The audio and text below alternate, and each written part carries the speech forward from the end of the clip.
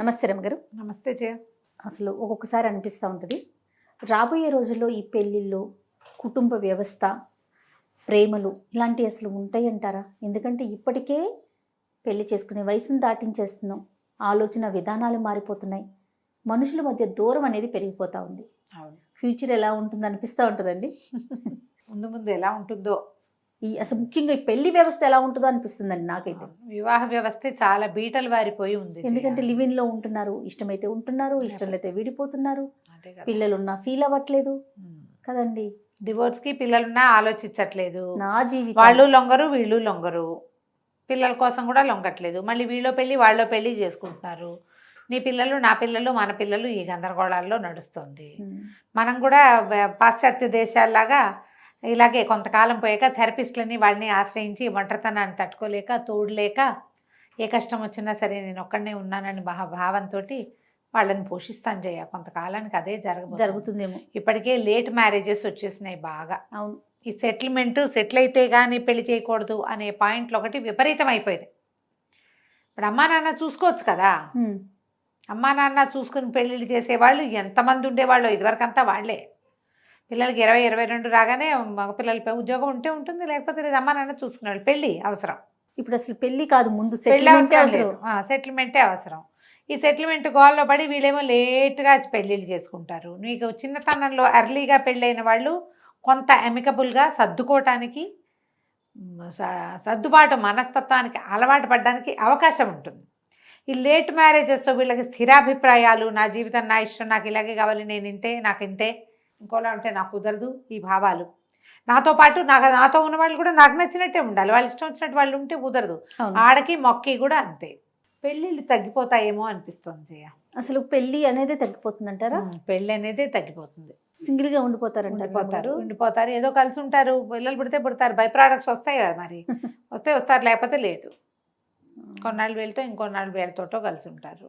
Okay, వీళ్ళతో కలిసి ఉంటే వాళ్ళతోటి ఉంటారేమిటి, అప్పుడు పెళ్ళే చేసుకోవచ్చుగా. ఈ పెళ్ళి ఎందుకని, అక్కడి నుంచి ఈ పెళ్ళి ఏమో ఒక ఖర్చుదారి ఇండస్ట్రీ కింద తయారైంది. ఎవరినో చూసి వాళ్ళని చూసినట్టుగా వాళ్ళలాగానే అవన్నీ మనం చేసుకోవాలని అనుకుంటారు. వాటన్నిటికీ ఖర్చు, డబ్బు.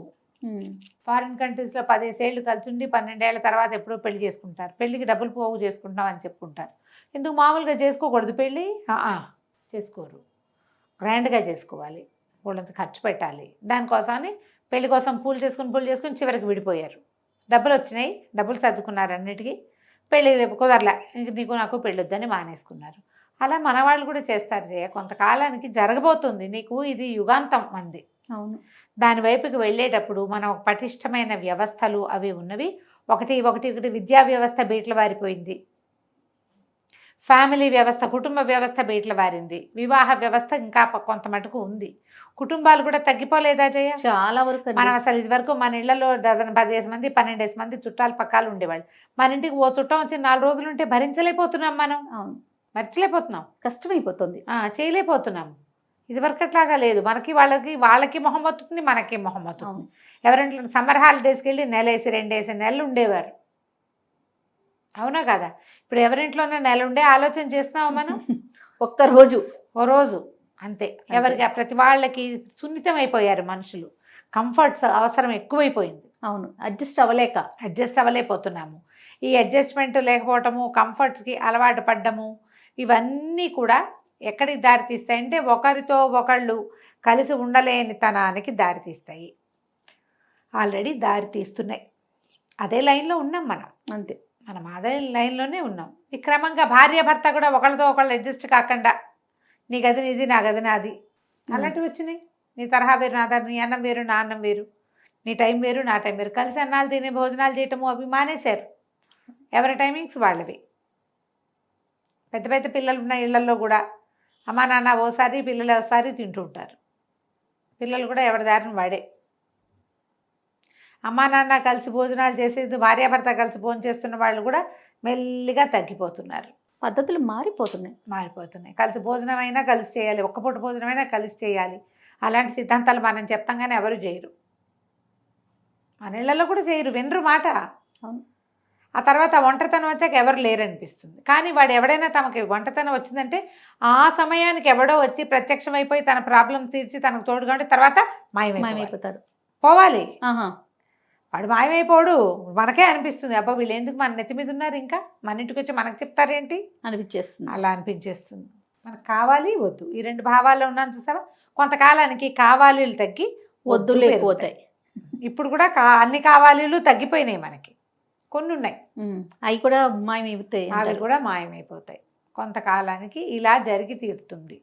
ఏం చేయాలి రమ్మగారు? తూర్పు తిరిగి దండం పెట్టాలి అంతే. దీన్ని మనం అంటే కుటుంబ వ్యవస్థని కొద్దో గొప్ప కూడా కాపాడుకోలేమా? ఏమిటి మనమే ట్రై చేయాలి. ఆడ మగ ఇద్దరికీ ఉండాలి. ఇప్పుడు నాకు ఒక్కదానికి ఉందనుకో, మనం కలిసి భోజనం చేస్తామని చెప్తా, ఆయన నాకు కుదరదంటారు, వాళ్ళు మాకు కుదరదంటారు. మా పిల్లలు కూడా నా టైమింగ్ వేరు, నా ఇది వేరు. నీకు ఆకలిస్తే నువ్వు తినే, నీకు నిద్ర వస్తే నువ్వు పడుకో అని చెప్తున్నారు. వింటున్నావా లేదా? వింటున్నాను. ఎవడికి ఆకలిస్తే వాడు తినేసి, ఎవడికి నిద్ర వస్తే వాడి, నాకు ఆకలిస్తే నేనే వండుకుని తినేస్తే నీకు ఓకేనా? అర్థమైందా?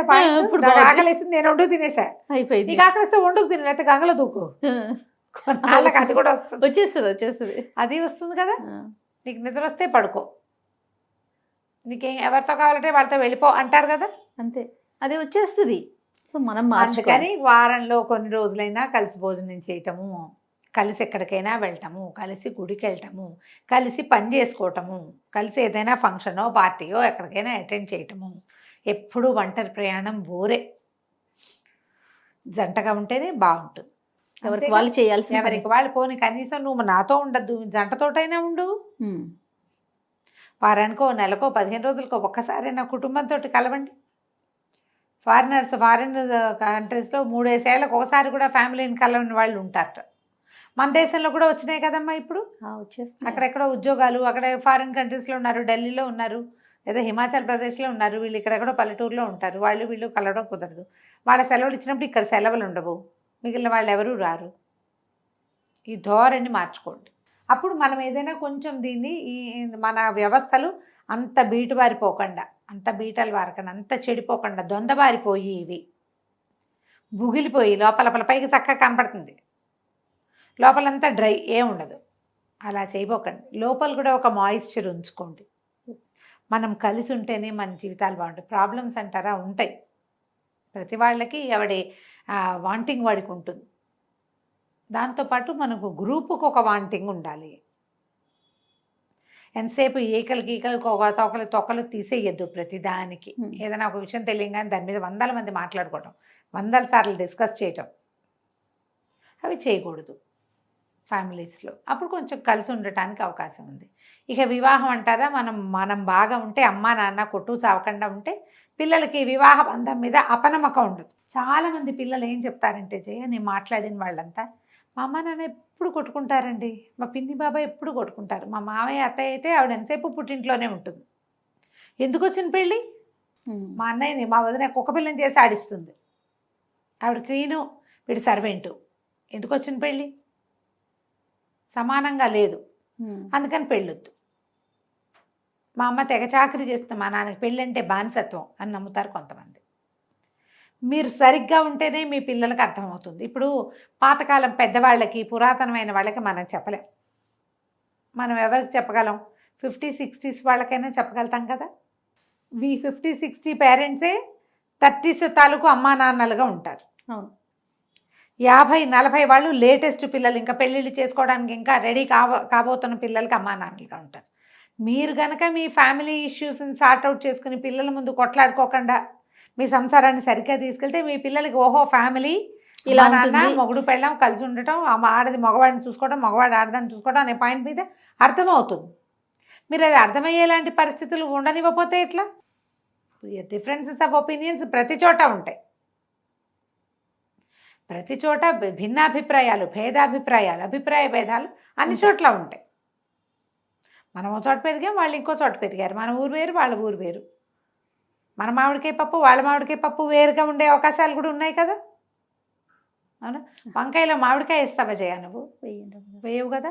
ఈ నెల్లూరు వైపు అందరూ మామిడికాయ వేసుకుంటారు. వంకాయ మామిడికాయ కూర అసలు తెలియదు నాకు. చూసావా? మా కిందుండే పద్మగారు మామిడికాయలు తెస్తే, ఒక దెబ్బ ఇవ్వండి రమ్మగారు వంకాయ కూరలోకి అని ఒక మామిడికాయ ముక్క ఒకవైపుది మామిడికాయ వేస్తే బాగుంటుంది. నేను కూడా చేస్తాను, ఆవిడ దగ్గర నేర్చుకున్నాను నేను. ఓకే. ఇలా ఇప్పుడు చూడు, వాళ్ళ ఊరు వేరు, ఇప్పుడు పెళ్ళికొడుకు ఊరు వేరు అనుకో, అది మామిడికాయ నువ్వేమో పప్పులోనే వేసుకుంటావు, కృష్ణా అంతే. జిల్లా అంతా మామిడికాయ పప్పు గోళ్ళలోనే ఉంటుంది. మరి ఎట్లా?